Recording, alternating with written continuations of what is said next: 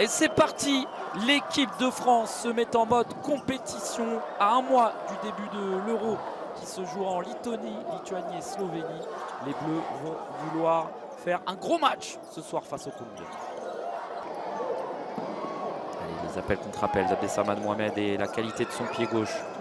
Pour ensuite rechercher de nouveau Mamadou Touré qui va pouvoir fixer en 1 contre 1 et qui va passer. L'ouverture du score pour l'équipe de France. Le gros travail de Mamadou Touré et ça fait 1-0 pour les Bleus après 23 minutes de jeu.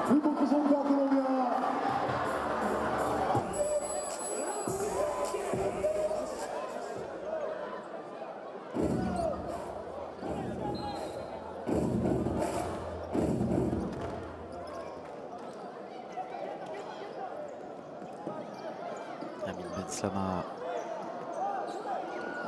réseau pour Guédoura, le pied gauche, il a essayé de trouver Amin Benslama en 2 temps. Le deuxième but pour l'équipe de France. Et il est l'œuvre d'Amin Benslama, son 6e but avec le maillot bleu. Et il faudra revoir la superbe feinte du numéro 22 tricolore. Et en haut, c'est le nombre de fautes collectives. Un maximum de 5 fautes collectives est autorisé par mi-temps. Sinon, la 6e sera sanctionnée d'un coup franc 10 mètres. Sans mur. Bendali. Oh, Tchapchet, magnifique. La Madjer pour le pivot du Sporting Club de Paris. Le gros travail de Steve Bendali. Et ça fait 3-0 pour les Français qui continuent de dérouler dans ce match. Pour garder cette cage inviolée. Harrison Santos, et ça passe. Ah ouais, il y est ce but, ça fait 3-1. Les Colombiens qui reviennent dans Lutin de nouveau avec Ramirez en retrait. Non, le ballon qui traîne. Et là, il va rester 10 secondes. Peut-être une dernière possibilité colombienne. Oh, Kevin Ramirez qui s'est fait effacer. Et attention, deuxième poteau. Bien joué, Francis Lococa. Et la tentative du portier français, mais ça va sortir. À mi-temps pour le score de 3-1 ici en direct des arènes de Metz où les Français ont globalement dominé les 15 premières minutes. Suivi dans la ville rose, suivi par les copains aussi, Ayoub Bouita, Simon Luc notamment, qui ont l'habitude de côtoyer cette équipe de France. C'est reparti dans cette deuxième mi-temps. Les Bleus qui vont vouloir s'offrir une place en finale pour aller chercher le trophée. Alerte pour l'instant le jeune gardien français.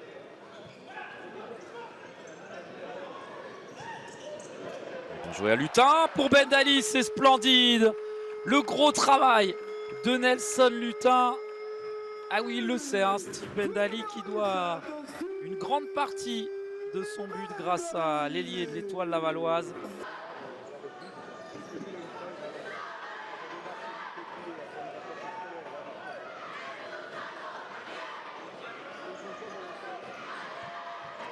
Amin Guédoura, la frappe est derrière Amin Benslama, le poteau. Incroyable cette double occasion française. Pas toujours le cas avant. Allez, il reste 11 minutes à jouer.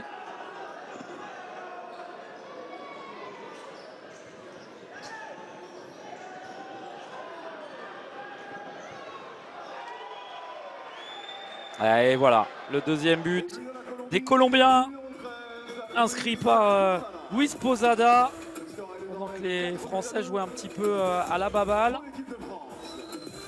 Eh bien malheureusement c'est un but qui fait un petit peu mal. Ramirez qui est pris et derrière ensuite c'est parfait, hein. Franchement, la remise, ouais, Garros qui est pris, Lutin.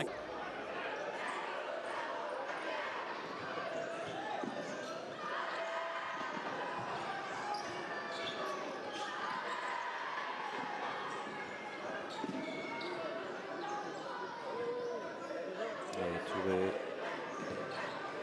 avec Thibaut Garros loin devant, trop loin. 1 minute 37.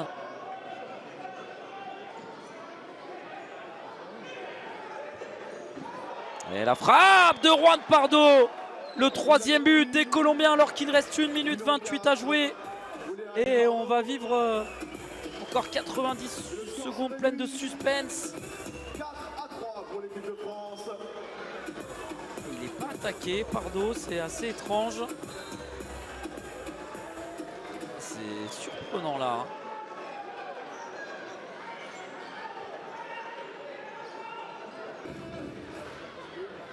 Allez, Eduardo Riano, dernière minute de jeu. Les Colombiens qui vont trouver en retrait. Le gardien, la frappe, c'est stoppé et c'est une nouvelle touche haute qui peut être dangereuse. Et Padilla, Julian Clavijo, il va se remettre sur son pied droit. Bien joué Abdessamad Mohamed. Il faut bien défendre, attention à ne pas laisser. Oh là là, c'est terrible. L'égalisation à 26 secondes de la fin. Les Français qui se font piéger dans une fin de match complètement folle. Il va falloir tirer, mais ça défend bien pour l'instant. Lutin Moudine, 4 secondes. Allez, Nelson peut-être pourrait. Ah non, et c'est terminé. Fin de ce match au scénario rocambolesque. Et l'équipe de France pourra nourrir énormément de regrets après cette rencontre. 4 partout, les Colombiens n'auront